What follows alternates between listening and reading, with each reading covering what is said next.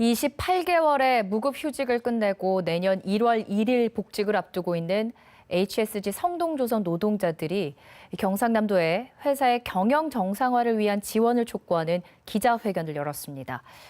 HSG 성동조선 노동자들은 왜 그 긴 기간 무급휴직을 해야만 했는지, 또 현재 상황은 어떤지 전국금속노조 경남지부 박경태 성동조선 지회장과 이야기 나눠보도록 하겠습니다. 어서 오세요. 반갑습니다. 네, 반갑습니다.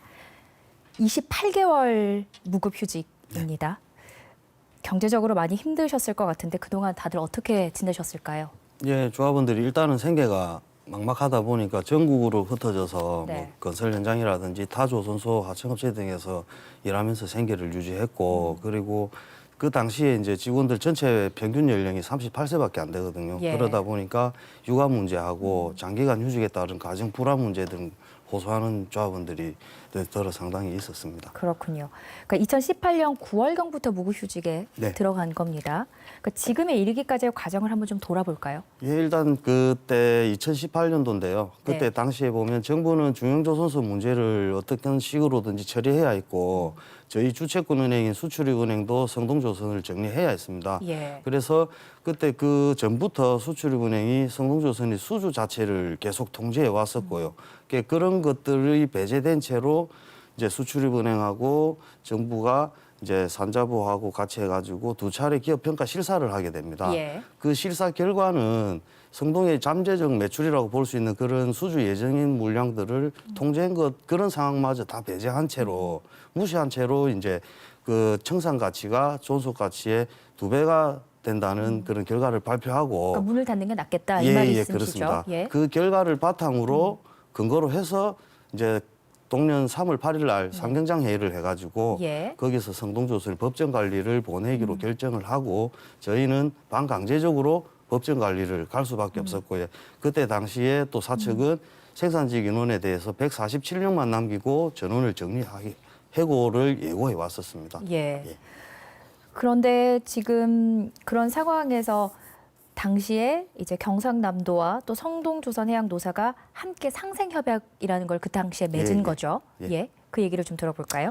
예, 그때 당시에 이제 아까 말씀드렸듯이 사측이 정예고를 예고해 왔고 저희는 회사 생존이 또 우선적이었기 때문에 정예고를 막고 회사 생존을 위해서 이제 계속 투쟁을 해왔었고요. 그때 그 대통령 직속 경제사회노동위원회 문서인 위원장님하고 김경수 도지사가 저희 이제 경영 정상화를 약속하고 네. 그리고 정리해고를 막아주겠다 그 두 가지를 큰 틀에서 약속을 하고 저희는 그 약속을 믿고 노사가 함께 이제 협의해가지고 직원들 눈물을 머금고 28개월 동안 장기 무급휴직을 결정하고 그 상생협약이 체결됐습니다. 그리고 그 무급휴직이 끝나는 기간이 내년 1월 1일. 예. 올 12월 31일. 그래서 1월 1일에 네네. 이제 복직을 하게 되는 거고요. 예. 그 기간 동안 성동조선해양이 이제 세 차례 매각이 안 된 끝에 마지막에 HS-중공업이 인수를 했습니다. 예. 그래서 제가 아까 말씀드릴 때도 HSG 성동조선 이렇게 네, 소개를 맞습니다. 해드린 건데요. 궁금한 게 그래서 지금 회사 사정은 좀 나아졌습니까? 예, 일단은 인수자가 인수할 당시에는 나름의 경영 계획을 가지고 들어왔을 것이고, 예. 근데 예. 다들 아시다시피 조선산업 자체가 외부 요인의 영향을 상당히 민감합니다. 민감한 산업이다 보니까 연초에 이제 코로나부터 해가지고 네. 초저유가하고 겹쳐가지고 이 상황이 이제 악화되다 보니까 그 인수자의 경영 계획이 다소 많이 틀어진 면이 있어서 경영자가 오히려 또 답답한 상황일 거라고는 생각을 합니다. 그런데 이제 그래 답답한 상황에서도 저희는 이제 지금 현재는 약간의 물량을 좀 확보를 해서 네. 조합은 한 150여 명 정도만 지금 조기에 들어와서 일부가 조업 중이고 예. 근데 이게 내년에도 이 상황이 개선되지 않고 계속 가면 예전의 모습으로 또 돌아갈 가능성이 1%라도 존재한다는 우려를 노동조합은 가지고 있습니다. 예.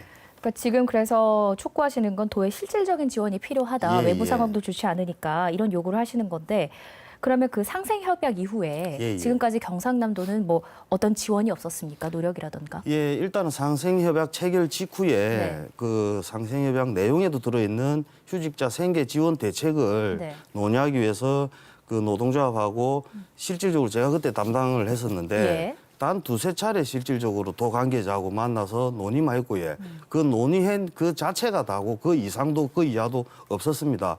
그리고 그 이후에 이제 대외적인 논의기구죠. 민간협의체를 해가지고 각계각층에 다 모아서 네. 그런 대책을 논의해보자. 이런 민간협의체를 구성하고 공식적인 그런 요식행위 몇 번 한 것 외에는 전혀 없고 그 이후에는 소통 자체도 없습니다.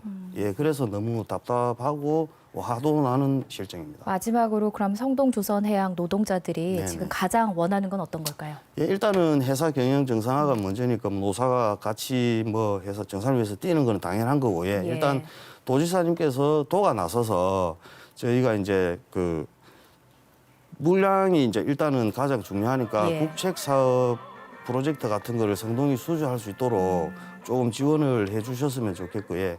그다음에 이제 휴직 복귀자에 대한 직무 사업 형태가 바뀌다 보니까 예. 직무 전환 교육 같은 것도 필요하거든요. 그런 교육 프로그램을 좀 지원해 줬으면 좋겠고, 저희가 가장 원하는 거는 일단은 안정적인 정상화가 될 수 있도록 뭐 정부 부처에 잠자고 있는 정책 자금들을 도지사가 나서 좀 찾아내서 성동이 지원받을 수 있도록 그런 예. 역할을 해주신다면 회사 정상화에 상당한 도움이 되지 않을까라는 생각이 들고요. 예, 끝으로 경남도지사 김경수 도지사께서는 이 상생 협약을 단순한 조인식의 결과물로 전락시키지 마시고 이 협약에 직접 사인한 주체 당사자로서 지속적으로 그 책임과 역할을 다해야 되는데 매각하면서 저희 회사에 대한 그런 책임이 끝났다고 인지하시면 안 되고 저희가 알겠습니다. 완전한 정상화 될 때까지 그 역할과 책임이 함께 간다는 걸 기억해 주셨으면 좋겠습니다. 그 상생 협약 때처럼 함께 해결책을 찾아 나갈 수 예, 있길 예. 기대해 보도록 하겠습니다. 여기까지 듣겠습니다. 예.